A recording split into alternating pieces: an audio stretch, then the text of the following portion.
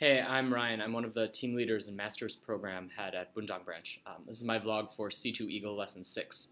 Lesson 6 and Lesson 7 are actually sort of a two-parter. The chapter gets broken into two lessons, and it sort of focuses on rags to riches stories and whether or not such stories are accurate descriptions of how people actually achieve success.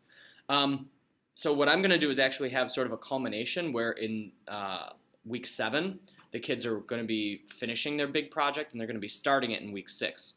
I believe that the digital book, recommends that the students make a program welcoming immigrants to the country.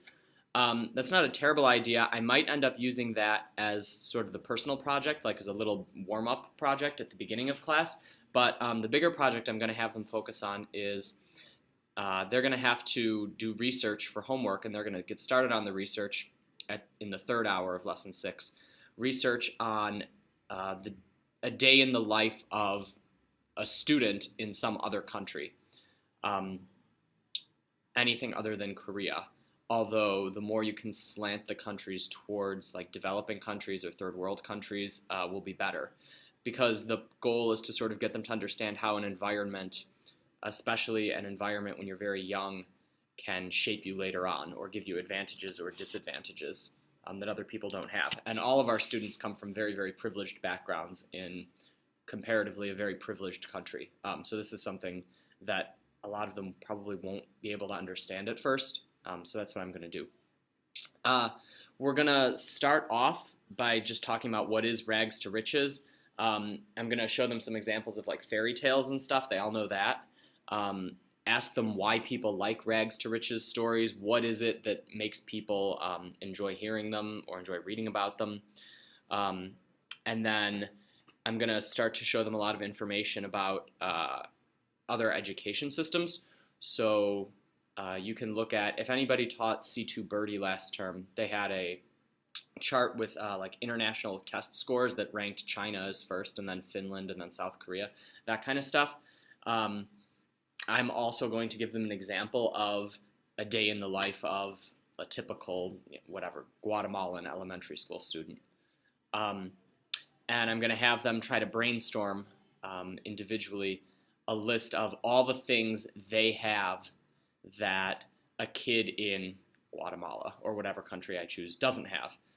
And we're going to see how many things they realize are just a random perk of their having been born into a South Korean family. The group research in the third hour, I guess what I'm going to do is maybe try to give each group a country and break it down that way. So each group will have a country, and then each kid will be responsible for finding information out about that country. So things like, literacy rates or social mobility or anything like that. And those are all things that are going to have to be discussed beforehand. So you can, make a whole series of very tiny discussions around what is social mobility. Do you think your country has it? What countries don't have it? Why is it important? Why is it not important? Anything like that. And then next week when they come in, they're going to have to present for homework. They're going to have to present their findings in class, practicing speaking skills and presentation skills and all that good stuff. And then eventually next week, the information that they do research, I'm thinking I'm going to turn it into sort of a program of, instead of welcoming an immigrant to your country and helping them succeed, I'm going to turn it into something where they've gathered all this information about a student in another country, and now what would their recommendations be to that country to sort of level the playing field or to give that student the same advantages that our students have. So that's my general plan. It's pretty simple in terms of prep. It's just going to involve a lot of media cards, discussion questions, like the short answer cards. That's really it. The biggest prep for the teacher's side will be finding your sort of case study that you want to do of a kid from a developing country, and finding out as much information as you can about their daily life. There are tons of documentaries on YouTube you can find about this. You could go to like the UN, UNESCO.